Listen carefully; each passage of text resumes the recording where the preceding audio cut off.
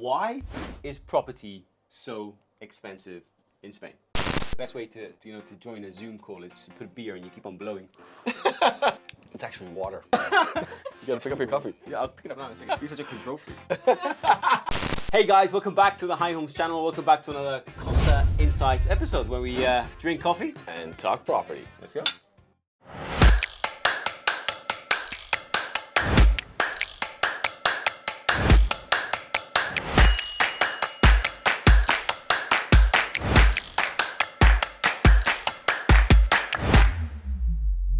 Kian, why is property in Spain so expensive? So I can imagine our viewers and audience clicking on this video going like, I want to know what they're going to be talking about. There's no direct answer to the question. It sort of depends where you are in Spain. Spain's massive. But if you look at like Spain in its totality, it's mostly empty.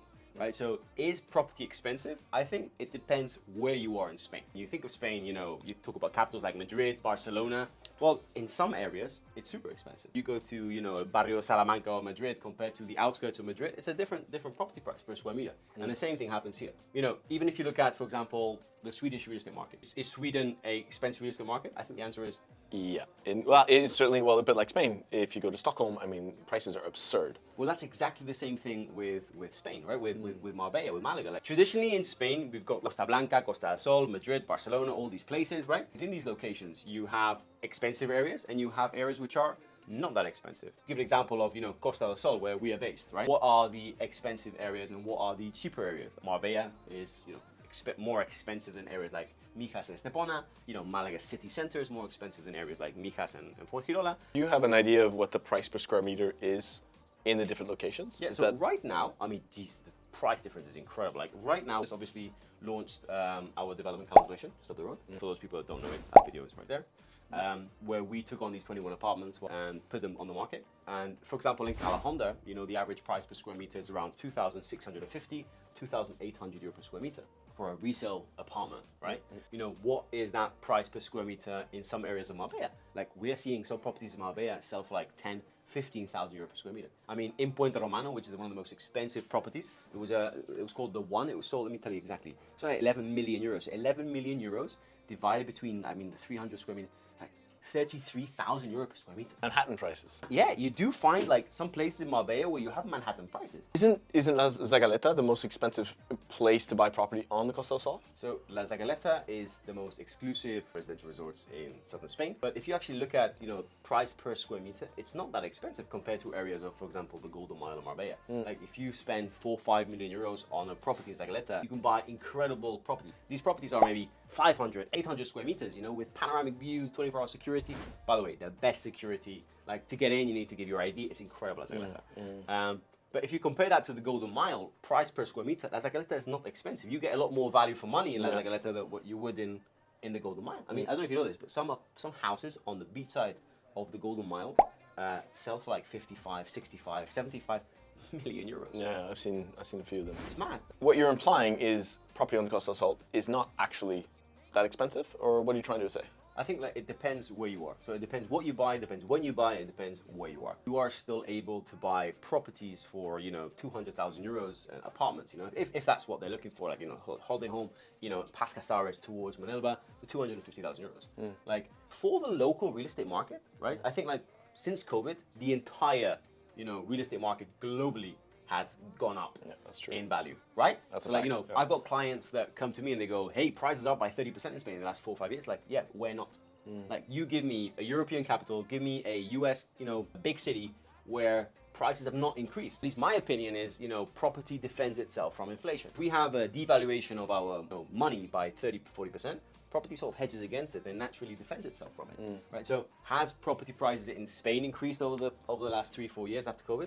Yeah, sure, but I think it's a global thing. Do you not think that property prices on the Costa del Sol have increased because there's more money that's flooding in from European countries than there was before for people that are actually moving here to live? Yeah, I think there's a combination. You have a lot of people, that's one of the driving factors, but it's not the only driving factor. For those which are looking for a relocation home that make a big, chunk of the people which are coming over, that is driving, prices to increase, not skyrocket, just increase. But this market still offers very good value. So let's compare ourselves to other destinations that might be relocation destinations or holiday home destinations and luxury destinations. That's the nice thing about Costa del Sol. it's under those three categories, right? So we can compare to Amalfi Coast, compared to some coasts of Italy, you know, the Côte d'Azur in France, among other locations like Ibiza, Mallorca, and so on, right? Like, still to this day, I think this is one of the markets that offer most value for money among those destinations. But then, if you just compare it from a lifestyle perspective, let's just say you live in London, or you live in Berlin, you live in Amsterdam. Okay, fair enough, I'm giving big cities, but let's not go that far. Let's look at Rotterdam, you know, or I don't know, Utrecht. If you live in Utrecht, you try find an apartment in Utrecht for 400,000 euros. I tell you, you're gonna buy a crappy apartment without, well, not crappy, you buy an okay apartment, but nothing in comparison to what 400,000 euros buys you here. You know, for locals, like I've got a lot of Spanish people, Spanish friends, right? Because I'm Spanish, a lot of Spanish friends go, oh, property prices are through the roof. Okay, fair enough. We've agreed that's a global issue, right? But for locals here, they see a huge, you know, they see the impact of prices going up. But for the international buyers, they look at this real estate market and they go, I can buy that semi-detached property for 400,000 euros. Like, if that was for sale in Berlin or Utrecht or any of these places, it would be at least double. So like, I think people want to compare like a listing to the market area to compare prices, but international buyers are comparing that price to their home country. Yeah. You know what I'm trying to say? Yeah. And that's the massive difference in price. At this moment, what are some of the pockets along the Costa del Sol that you see as having some of the greatest sort of investment potential for people that are looking to buy property here on the coast? So I think that it depends on the profile of the buyer. Like if you're buying, you know, purely as an investment and you want capital appreciation, or you're buying and you want a rental return on your investment. So it really depends why you're buying. That's number one, no? If you're buying for capital appreciation, if you enter into consolidated and established areas like Marbella, you know, you're going to get very little sort of margin, very little juice on an investment like that. And the reason being is that you're buying an area that's already sort of very established. It's very difficult to get bargains. You need to, you know, to get distressed property, you need to sort of be in the market as an estate agent. As a consumer, you're not going to find those deals, right? Very, very rarely. And something that people don't talk about in Spain, people really don't talk about this. And in this industry, in real estate, the cost of going in and out of an investment. Like, you know, unless you're a company and you design a company to buy and sell, taxes in Spain on, you know, buying and selling can be excruciating. That's the reality. If you buy a property at minus 10%, right, and you sell it at, you know, plus 10%, you're not making any money because you've got 10%, you know, purchase cost going in, but then you've also got approximately sometimes 10% going out. So your property has to appreciate by 20% for you to break even, you know, rough numbers, right? So appreciation 30%, you make 10%. That's what people don't talk about. It's like when people are offering, you know, off plans or new developments to clients, they go, hey, this is 25% on the market price. Yeah, but you need to explain, you know, what it is going in and what is going out. Let's say somebody came and said that I don't care where I'm going to buy on the coast.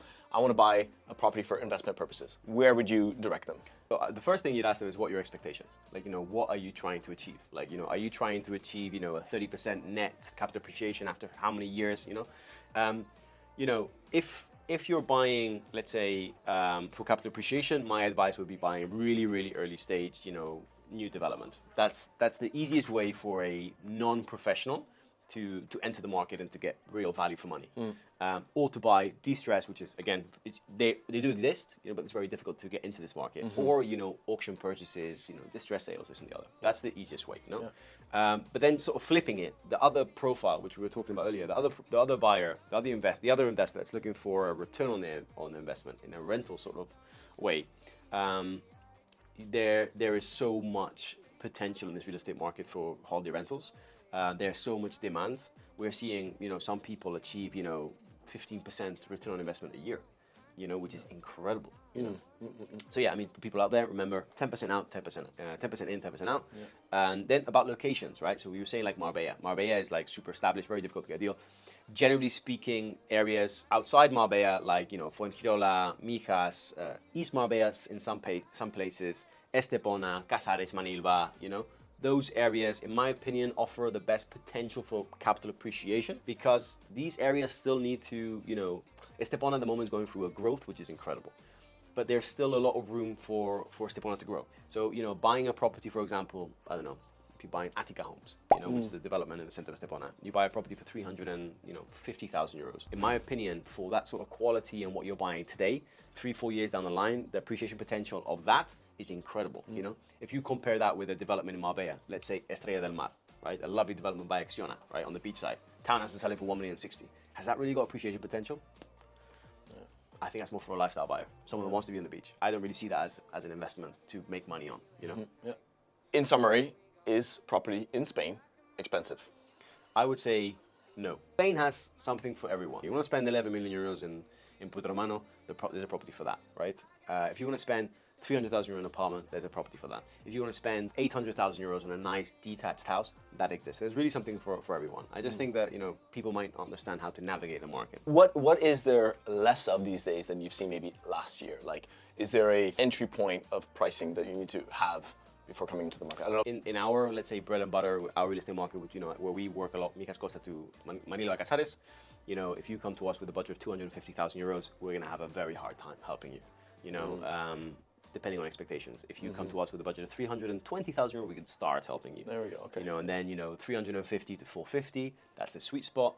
And then 450 above, it's, you know, it becomes gradually easier depending on the client's expectations and what they're looking for. So if you're looking for a holiday home, a two-bed apartment, starting prices around the 320,000 mark, would you say? I would say starting, I would say. And then you have something to pick from, at Absolutely, least. yeah. But for the general audience which is not interested in La Costa del Sol, people which are looking at other parts of Spain, you drive inland to Monda, Guaro, Coín, and you can pick up incredible bargains, properties, apartments, which might be, you know, around the 90K, 100K mark. So Spain has something for everyone. So the answer is, why is Spain so expensive? Or why properties in Spain are so expensive?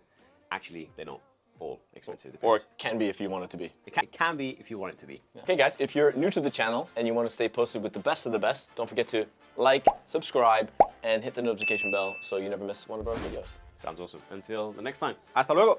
Hasta luego.